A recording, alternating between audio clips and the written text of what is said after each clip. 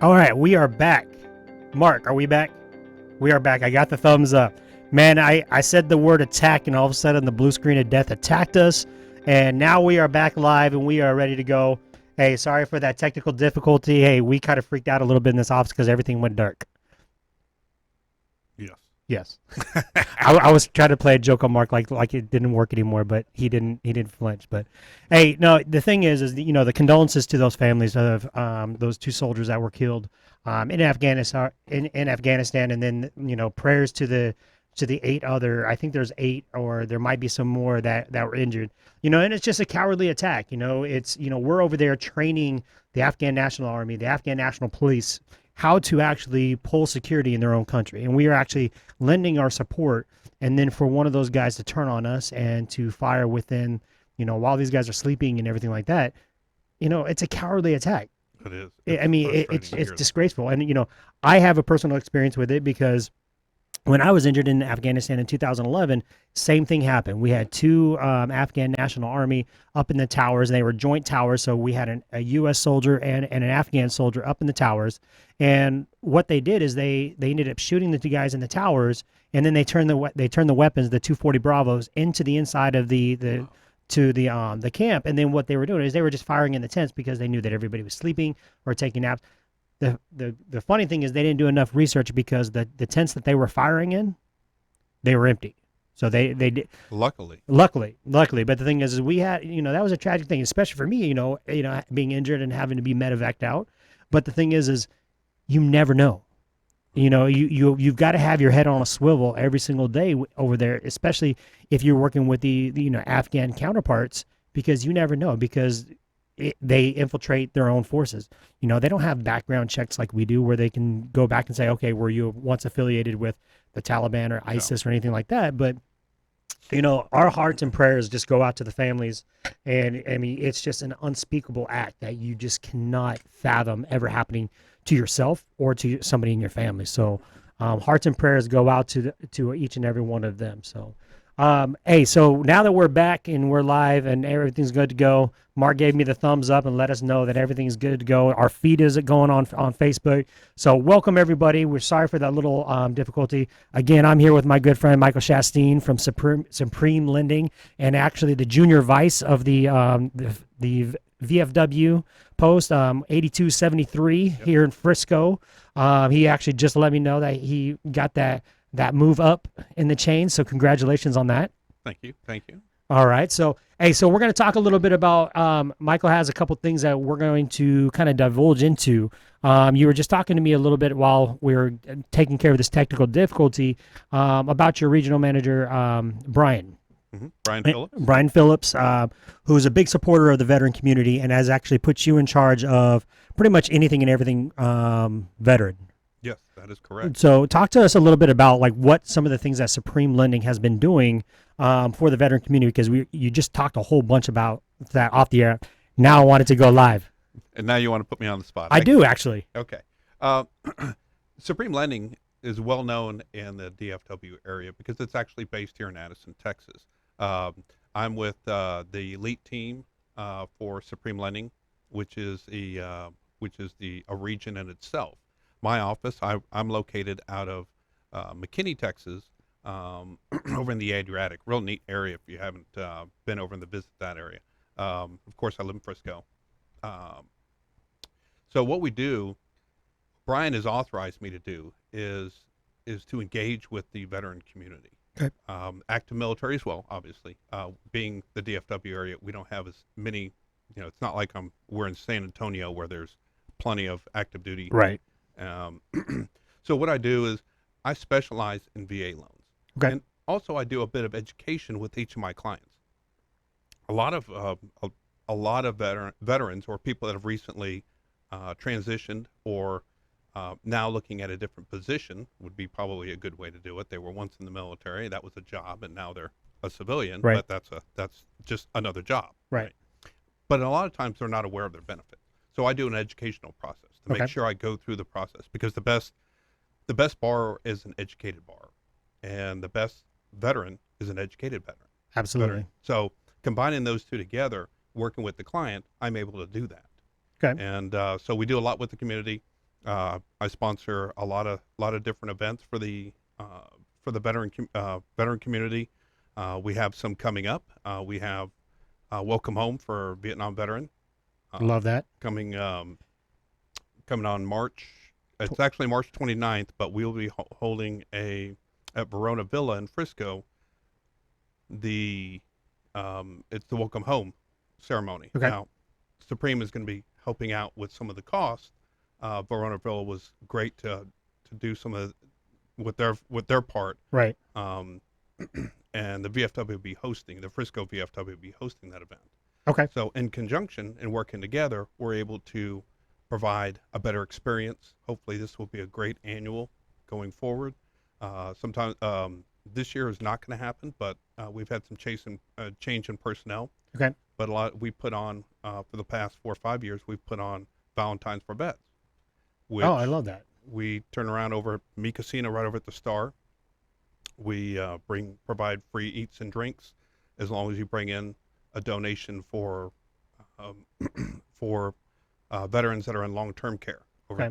And then what we do is we get with the motorcycle group for the VFW here in Frisco, and we ceremonially take it down to the Dallas VA Okay. and donate those items.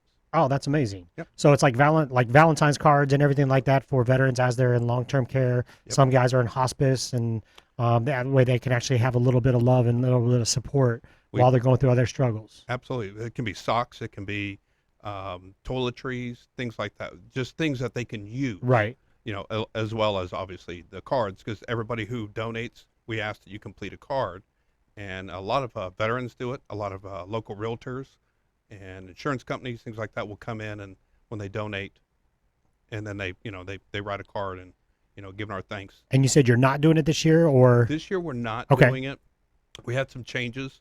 Okay. And it affected this year's, but we'll be back on schedule for next year. But we're going to actually blow it out next year. We're going to do it on a larger scale. Well, as with your commercials and everything that you're going to be having here on Vet Talks, Yes. we're going to be able to blast that out and get that out to a lot of people, because the thing is, we want, and you know what, I'm even going to guarantee you now is next Valentine's Day, we'll be hosting live. We're going to be there interviewing people, why they're there, why they're coming in, because the thing is, we just want, we live in a very philanthropic community. Yes. However, there's a lot of people out there that, they want to be philanthropic and altruistic.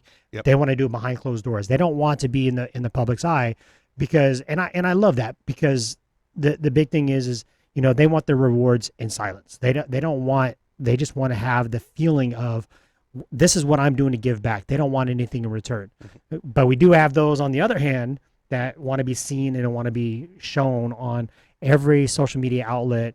This is what I'm doing for the community. This is what I'm doing for a veteran. We want to make sure that we're highlighting those, I call them the silent warriors, the ones that go out there and they're giving, relentlessly. And we have a lot of those with Project Reload. I have one lady who I'm not even allowed to mention her name. But the thing is, she sends $100 every single month to Project Reload and says, I don't want a thank you letter. I don't even want you to email me or mail me anything. She's like, all I want to do is just donate. A lady awesome. in New Hampshire, that's all I'm going to say, because that's how she wants it. She wants to be an anonymous donor. She's been doing that now for 4 years. Wow. So $100 a month for 4 years. But this woman is just like, you know what? I love your mission. I love what you're doing for veterans. Yep. But the thing is I don't want any credit for what I'm doing for you. Yeah. And it's mind blowing, because, we get people that donate a couple thousand or, 10,000, but they want all the credit, which I'm going to give them all the credit that they want. Sure, you want to. However, you get these ones that are just relentless. They are just nonstop donating. Yep. And they're just like, I don't want anything in return. I don't want a kudo. I don't want a thank you. I don't want a shout out or anything like that. And you know what? It's just amazing. We are so thankful and just elated for all the support that we get. We want to make sure that we give everybody credit for, because the thing is, we can't do what we do without you guys, without your support, without every single one of our donors. So we want to give thanks where thanks is due. But then you get these ones that are just like, don't thank me. Yeah. And it's amazing. And that's why, this Valentine's for Vets is so powerful, because the thing is, they don't know who they're sending these Valentines to. They don't know who they're sending. Yep. All they're doing is they're doing it out of the grace of their heart. And it's just amazing. So we will be there for that for sure. Awesome. You are welcome, and it'd be an honor for you guys to be there. Absolutely. And I know Mark and I, we actually just talked with you right before the show started about, for the welcome home for the Vietnam vets. They didn't get their welcome home. To me, it's baffling. Right now it's like every single day you see a new ad of a soldier coming home and or just a service member coming home from overseas, even if they're just overseas to go to their stationed in Korea or Germany for a year. They come home and they're getting these grand old welcome homes. Yep. But our Vietnam veterans, they came home, they were spit on, they were despised, they were just looked down upon. You know what? It's just a travesty. And I love this, what we're going to be doing at Veronaville.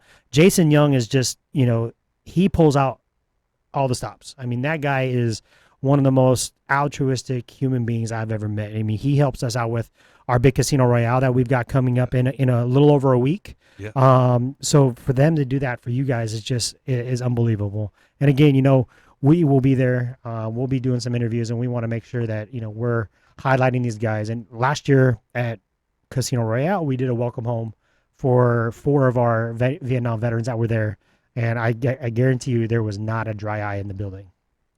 It was just an amazing thing. So, but you guys came on board as a sponsor for Vet Talks because we're able to get the word out about what's going on in the veteran community. So I mean, the fact that you guys are just nonstop getting behind the veteran community is just absolutely amazing. So thank you guys for that. Oh, I'm excited. I mean, again, I constantly say it's an honor. It's an honor, as a veteran, to help other veterans. It's we all had the camaraderie being Absolutely. in, and it's the same but different.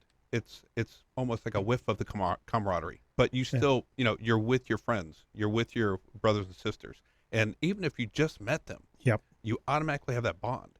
And giving back is just huge, and that's why with going on mission with Project Reload, the before and after. Yeah. My boss was huge. So let's go on that for a second. That's a great segue, and I'm glad you did it because I didn't have to do it. So here's the beauty of it. You just said it, how the camaraderie between service members, brothers and sisters, when you meet another veteran, you could be 5 minutes into a conversation, and all of a sudden you're best friends. Yep. All of a sudden you have a common experience where he or she may have gone to Iraq. I went to Afghanistan, but guess what? It's a common experience. We've dealt with some of the same things, and all of a sudden you have this strong bond. So you came on Project Reload in May. No, it was October. It was October. Mission 16. It was October because it was the worst weather that we've ever had, and we were huddled up underneath the tent without the fire. But the thing is think about that camaraderie that we had. Oh yeah. Everybody bonded over shared experiences. We had CEOs of high-powered companies. We had veterans. We had, we had everything. We had all walks of life on that mission. And there was some choked up individuals in those fireside chats. That was, there was a lot of tears around that fireside. Even though one of the firesides was actually in the tent without freezing our butts off. But the thing is that was one of the best missions that we've had because there were like some serious bonding experiences. Talk to me a bit about what your experience with Project Reload, as far as going on the mission, because some of our listeners are always talking about these missions. What do they do? What are they going to do for me personally? Because we're in this kind of me versus we society. Mm-hmm. Okay. Well, just give a first person view of what Project Reload can do for me. Well, let's start prior to the mission. That'll kind of make it a little easier to give a baseline for everybody. I've believed in Project Reload from the moment we met. I thought that I believed in what you're doing for the veterans. That's because Mark's so handsome, right? Yes. Okay. Yes. So I helped out here and there. We talked previously about doing some advertising with Brian Phillips, my regional manager. Finally, we found the right opportunity to sponsor, and then it segued into the to Mission 16. Right. At first, I was like, okay, well, it'd be pretty cool, and I'll go through it. And a lot of the stuff that we went through was hush hush, and because to get the experience, I'm not going to go into it, so right. Don't worry. Well, I was about to say you're divulging the fact No. that we're hush hush about a lot of things. There you go. Well, to get the full experience, you have to. Yeah. I mean, to me, when we got there from day one, I decided I was going to embrace it. I enjoyed being on a Embrace the suck. embrace the suck. There you go. A familiar term to all of us. So we got there the first night, and I said, you know what? I'm gonna enjoy meeting everybody, get to know their stories, and then next morning, I'm gonna hit it hard and just do everything I can to make the most of it. So, and what happened is it did. There's a lot of times as a veteran, when you're out, you kind of shut down towards other people, Right. outside people, and it's easier to open up with other veterans, and that's throughout the whole process. It was great. It was a lot of the things that we did, drove home, took you down memory road. Yeah. Obviously, I'm a Gulf War veteran. Okay. So there's a big technology leap from then till now. Huge. Huge. Yeah. Yeah. We learned have a the lot. internet now. And to me, I was just absorbing everything as Right. much as I could, as quick as I could, trying to remember my training. Yeah. And trying to and then implement some of the things that I was shown there. And at some points, it was overwhelming. Right. It was just, I came back, and the next day, I came back to my to work after the mission. My boss looked at me and he goes, "Wow," he goes, "You're different." He says, "This is awesome." He noticed it right away. It wasn't a question. It wasn't like, something's different. No, it was, wow, I like the new Michael, and I'm looking forward to going on another mission. See, and I think what it is like you kind of alluded to it a little bit, is that you were embracing, and I added the suck because it did. There were parts of it that did suck. Oh yes. We went from 70-degree weather down to 30-degree weather, pouring down rain. But the thing is everybody had a smile on their face.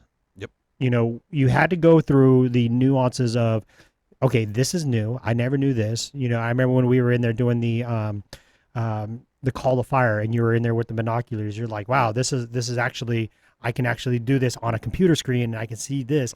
It was that crawl, walk, run mentality. The one thing that hasn't changed over the years, I mean, probably over the last 200 years in the military, is the leadership. Correct. The leadership aspect, the esprit de corps, the teamwork, everything. That is the ground foundation of the military. Yes. And that is why we serve. Yep. We serve for the brother and to the sister to our left and right. Yep. When you came home, but the thing is you had that, it was almost like you were missing it. Before you went on the mission, you were missing it because the thing is you've been involved in the, in the philanthropy of veterans and taking care of veterans, but you were the tip of the spear for that. So you didn't really have that support. You had support from other people, but the thing was meaning like people with common vision. Yeah. And the same thing with the missions, it's everybody's going into this with the same vision. I'm going to embrace the suck. I'm going to learn. But the thing is, think about the brotherhood and sisterhood that you created in 72 hours.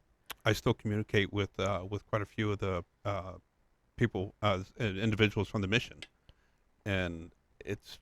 And here we are, 5 months removed from that mission, and you're still having conversations with them. And I'll tell you, that has not changed across every single one of our missions. We still talk to them, but like Mark's been on quite a few missions, but everybody always talks about, hey, my mission, my team, my group. Now people are taking ownership of the mission. Yep. So for Brian to see the change in you as soon as you came back, because it was almost like, okay, hey, I want to bring what we learned on Project Reload, and I want to bring it back to my company and grow it. What was our tagline from our slogan from Mission 16? I don't know. What was it? That was weird. Oh, that was weird. Yes, that was weird. Yes. That was kind of a crazy thing because everybody went to go do the fist bump, and then somebody went like this, and that was kind of we're gonna give a shout out to Keith because that was kind of like Keith, and then it was also Mike, Commander Mike Mike Keppen. Yeah. They went to go fist bump. One went to fist bump. One went to shake hands, and then it was like this little soft thing, and then they just got silent. So this is the weird crew right here. Yeah. Michael Keppen and Keith Thomas. We're gonna tag you in this video to make sure that you guys see this because you know what, we're making fun of you today. that is proof, though, that Air Force and Navy can get along. may be a little weird, but they do get along. They get along very well. So, all right. So you have this, this come to Jesus moment, no pun intended, in Project Reload. You come back and you're changed.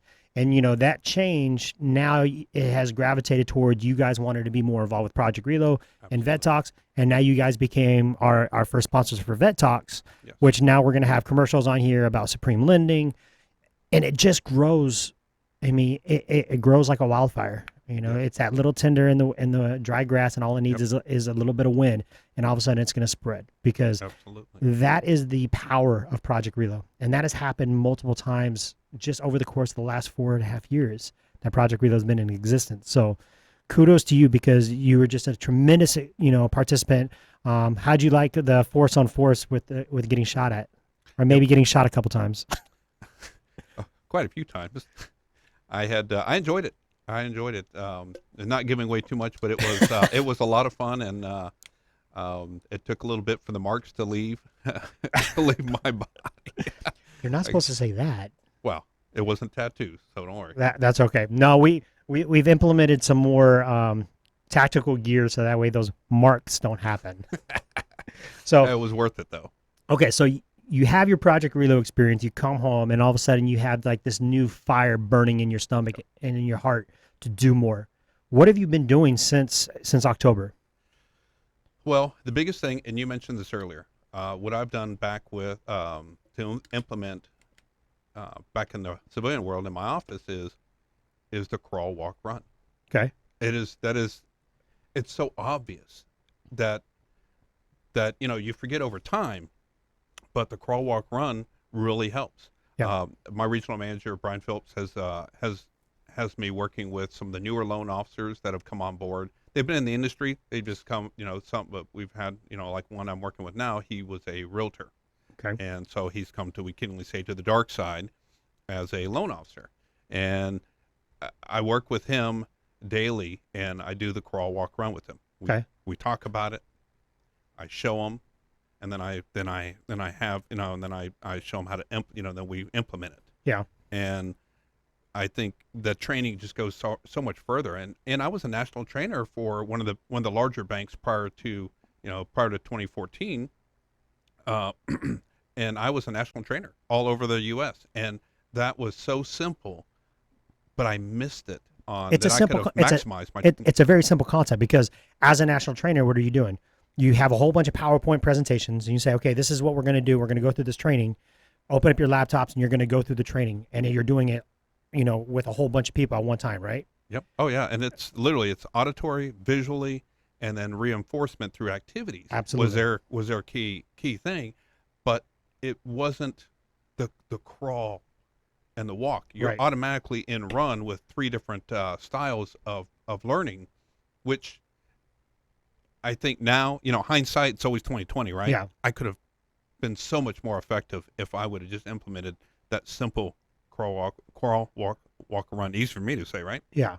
And well, and it's amazing, because the thing is we've worked with, hundreds of companies, and we ask them the questions like, hey, how do you onboard, and what is your process? But like a lot of times we give them an employee handbook, we give them a computer, we give them their phone, we give them their desk, and we said, hey, we'll be down the hall if you need me.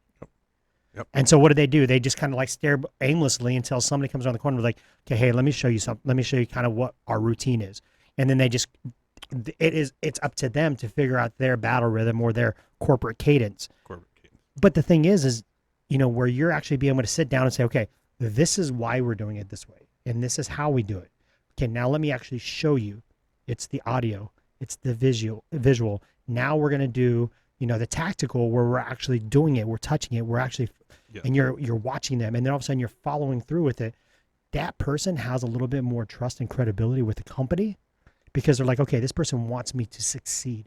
It's not another fish in the barrel. It's literally like, okay, Michael's sitting here one-on-one with me. He's got his own work to do. Yes. But he's actually teaching me from point A to point Z, because they want me to be successful. Because if I'm successful, the company's successful. If the company's successful, hey, I've got job stability for the next, 10, 15, 20 years, however long you decide to work for the organization. So it baffles me when companies don't do that. They think that, oh, you've interviewed, You've got the job. You know what you're supposed to be doing. Here you go. And you have to go jump through all these hoops to figure out the culture, to figure out how it's done. And then all you're start focusing on is like, okay, when's paycheck? When do I get my paycheck? Yep. So taking that crawl, walk, run mentality and then throwing a little after action review in with it to follow up and say, hey, what can we do better next time to make sure that we don't have these loopholes? All of a sudden you have an employee for life because they're like, this is the type of culture that I want to be part of because I know I'm part of a family. Yes. And if you think about what reload means, look it up in the Urban Dictionary and it means family. Family. Yep. So kudos to you, man. That's awesome that you're implementing those little tidbits that we taught on Project Reload. And we were only there for 72 hours. And you bring those home with you and implement them into your own corporate cadence. Absolutely. And for 2 to 3 weeks later, I was, I was hyped. I was pumped, wishing I was back there. Yeah. Even though my veteran body was saying no, my mind was 100%. I want to stay another week. Oh, don't worry. The changes that I've already implemented for this next year are even better than you just experienced. So nice. Get ready for it. I'm all in. Because, the command staff at Camp Grayling has basically said, well, why don't we do this? And I'm like, yes, why don't we do that? And they're like, well, why don't we do this? I'm like, see, I'm not going to divulge anything because it's going to be, if you want to be part of it, guess what? You're going to have to show your ass up and be part of our missions in May and June. You guys are going to be my what are we going to call it? A project out. We're going to call it our alpha project and our beta project because guess what? We don't know what's going to happen. Well, this time I'm going to do a little PT prior too. You don't have to do PT. Well, my body says I do. There was a few things that left me exhausted, but it was worth every bit of it. I was actually, although that's because you were running because we were shooting at you, right? Yeah, that and a few other things, but yeah. All I remember is watching Mark, and he was up in this doorway. I'm around the corner. I'm down below. He obviously had the advantage. He had the upper advantage on me, and every time I popped my head out, all of a sudden it was him and Susan. Susan was in the window. He was in the doorway, and he'd walk out, so I would shoot at him. And as soon as I shoot at him, Susan would shoot at me. And I'm like, all right, they got me pinned in. So I'm going to go over here. My whole objective was like, I'm going to put on fully automatic and I'm going to shoot at Mark. But I ended up getting shot right in the goggles. So I don't know if it was Mark or if it was Susan, but I don't know. I got tagged and I'm glad I had goggles on. Oh yeah. One of the ones I got tagged in, it was on full auto. And for a month, I had a mark on my forearm. I was like, is that ever going to go away? It's going to go away. Yeah. Oh, it was awesome, though. It's a battle scar. Yeah, absolutely. Chicks dig scars. Yeah. Hey, so we're running out of time. But the thing is last time we heard about why you continue to serve.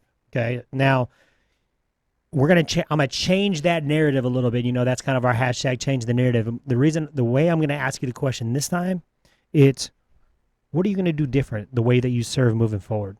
You've had this experience with Project Reload, and now all of a sudden you've been firing on all cylinders when it comes to service and everything like that. How is it going to change? What has Project Reload done for you to change the way that you serve the veteran community moving forward? Well, that's a great question. I don't know that, I'm not saying I'm comfortable where I'm at and what I do, mm-hmm. but how I'm implementing it.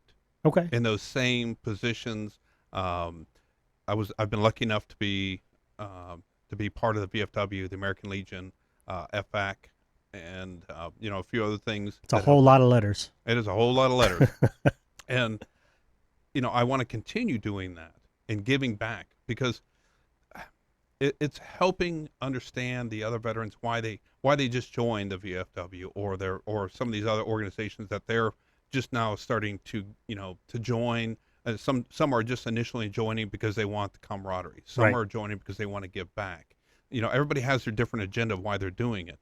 Now it's how I'm implementing how I'm doing it and being more methodical and making sure that I'm not just going as the junior vice. I'm implementing the best of my ability that I can as I grow in the position, and I'm really enjoying what Project Reload has offered me on the mission. So if I'm hearing you correctly, you're being more methodical about the way that you implement it, right? Yes. So really, you're being more methodical about where the biggest impact is going to be made. Correct. There you go. That's a good way to. Well, no, I was listening for it because the thing is Mark and I say this all the time, and it's all about that impact. And every time somebody comes on a Project Reload mission, they might have their hands in 1,000 different cookie jars to help out, but they're like, okay, well, I'm going to be more methodical, and I'm actually going to give help where we're going to make the most impact. And that is the most beautiful thing because, there's 44,000 nonprofit organizations in the nation right now dedicated solely to veterans. So, one can help with this and one can help with that. One might help with, paying bills or building a resume. But the thing is where is the organizations that have that holistic help where we're going to help them from start to finish? Where we're not going to, we don't end our service. We're not going to end the service to you, to me. I mean, it's a lifelong brother and sisterhood. Yep. And we want to make sure that we take care of each and every one of our veterans that we have. And you know what? Well, it's the value add. What can I add to this contribution? Right. It's if you don't have, if you're not able to add to it or give a value to the person that you're helping, then some of it can get lost in translation. I love that. And you know what? I just want to say from the bottom of my heart, from Vet Talks, from Project Reload standpoint, thank you guys. Thank you and Supreme Lending. Everybody at Supreme Lending, Brian Phillips, your boss, and just the entire corporation. Thank you guys so much for your guys' support. We could not do our mission without you guys, and we are just so excited about this this partnership that we've got moving forward. So thank you. I appreciate you, brother. Love you. It's an honor. Love you, man, and we'll look forward to the future with you. Okay, we got Casino Royale next week, so you'll be out there. You'll be in your tux, right? Absolutely. All right. Got it tailored. I had to get it let out a little bit, but All right. Hey, as a reminder, we got our tickets on sale right now. Go to projectreload.org, and that's where you can get your tickets. Or you can follow us on the social media. And guess what? We have links out there. We have a whole bunch of celebrities and athletes going to be there. Check out our social media, and you're going to be able to see all those great videos. Got a couple more things that we're going to be posting out this week, so make sure you get your tickets now before they're gone. Go to projectreload.org. Connect with us there. And you know what? We're signing out. We're a little bit over on time, but hey, you know what? Somebody's live today. Have a good one.